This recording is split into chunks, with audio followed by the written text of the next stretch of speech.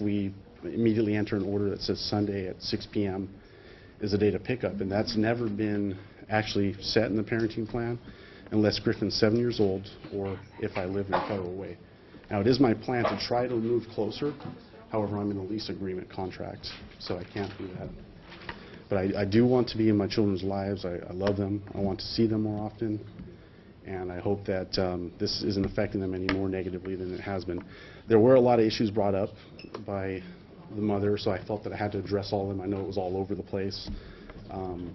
But there are some serious situations here. My children have come to me with marks on them, bruises. They've told the police that their mother Objection, relevance. Yeah. Overruled. You can argue. You wrote it in his pleading. They have told the police, and the police have come by and taken pictures of bruises. So, I mean, that's a difficult thing to have to.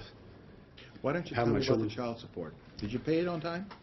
Yes, Your Honor, I have paid child support on time. It comes out of my paycheck automatically. Because what I understand is you had to pay it, and the wage assignment only happens if you're late. And now there's a wage assignment. Your Honor, I have not ever seen that.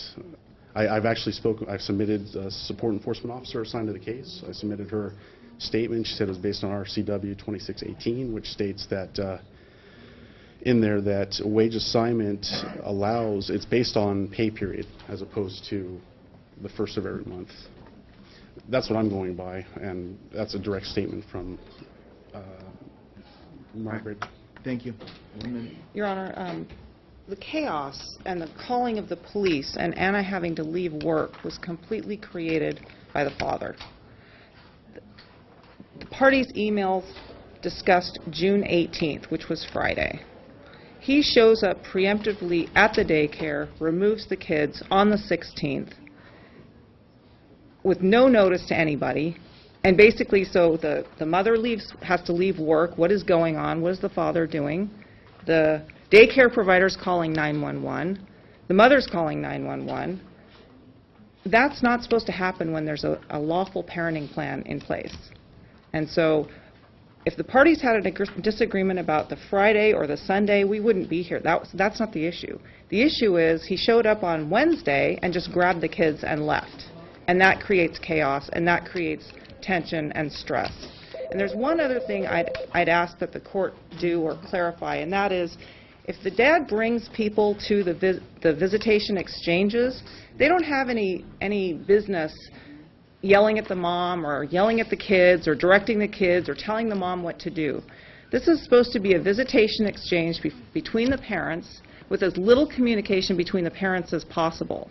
The father's not to bring the girlfriend to shout at the mother about, clothes or stockpiling clothes or those kinds of things. The father is creating chaos in this parenting plan, and that's why we're here. We're here for contempt of court for violation of the court-ordered parenting plan, Your Honor, and violation of the order of child support. Counsel, I want to make it clear. Was he paying directly, failed, and then the wage assignment took place, or did the wage assignment just kick in? My understanding, without having, he was so delinquent during the temporary period. I mean, we're talking about months delinquent and months of back child support that the wage assignment kicked in. And then when the final order of child support was entered, we designated the first. And this was very important because Anna is dependent upon the child support and the spousal support to make her rent and her bills on the first of the month. And in fact, we have a provision that shortens the relocation notice, because if he pays late and she has to relocate because she gets evicted because they lost their house for this reason as well, then she only has to give 30 days notice to relocate because she could be on the street. And so we're bringing it to the court's attention again and asking that the court direct him to pay according to the order of child support. Thank you. All right. On that issue, the fact is when the matter is referred to DCS for enforcement through garnishment, I can't turn around and find the other party in contempt once they start with their garnishment process. If this had been a direct payment, then of course that's fully under the control of the individual themselves. So I won't find contempt. I think that she needs to get in touch with the caseworker assigned to her and say, by virtue of how you guys are collecting it, I'm a month behind. That's not what was intended by the state. most certainly that needs to be addressed, but I don't see that it's the willfulness that I need to find for contempt. I have to tell you, I don't like, Mr. Hudson, I don't like you taking matters into your own hands, and I don't approve of that, and you better not do that again, okay? But the parenting plan, Mrs. Hyde, does not state when summer's to start. The closest I came, all right, which of course would have been logically if you were really playing correctly, is the summer's alternated, weeks are alternated.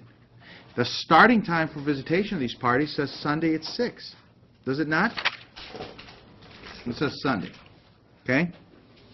So that would have made the logical exchange point for 1 week on, 1 week off.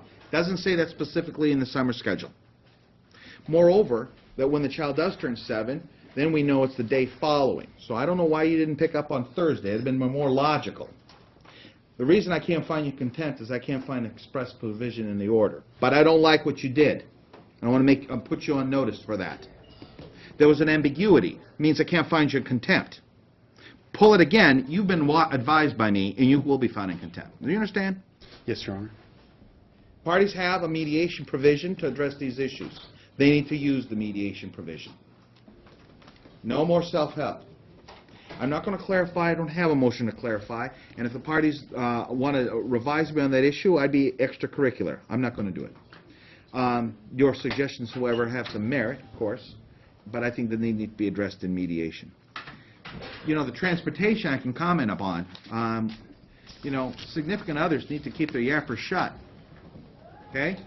Because it says here that the parties are to be quiet. Most certainly, the court infers that that means anyone associated with that party as well. All right? But I'm not making an order out of that.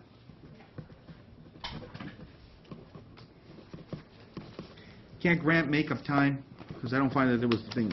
She gets half the summer. To the extent that that equals half the summer, then of course you'd have additional days. But I don't know. I haven't been given that formula. Yes, we're starting that, this 1 week on, 1 week off, starting, what, Wednesday? Because that's when he picked up the child, or the children. Which is almost impossible for her to make a Wednesday at 6 o'clock because she works. Then we can make it start on a Sunday, but I'm not giving makeup time. Your Honor? Yes. I actually am the one that picks the children up on Wednesdays. So it has no bearing on But she the has to mother. pick up She from has to pick up on the following Wednesday. Correct, the following Now, visit, which week the pickup time will be Sunday. Sunday at 6. So, yes, 1 week on, 1 week off. Who gave me a tape? That You can have was it back. Thank you. Counsel, prepare order. Thank you, Your Honor. Thank you, Your Honor. Yeah, we'll just Oh, second call. Your Honor, we asked for fees and costs. I mean, I it's his didn't- action. I didn't find contempt. I've advised Mr. Hudson, you know what? There better not be anything like this. If she says, take me to court, you take her to court. Don't be a cowboy, because you can end up paying a lot of fees next time. Okay? Yes, Your Honor. Thank you. Thank you.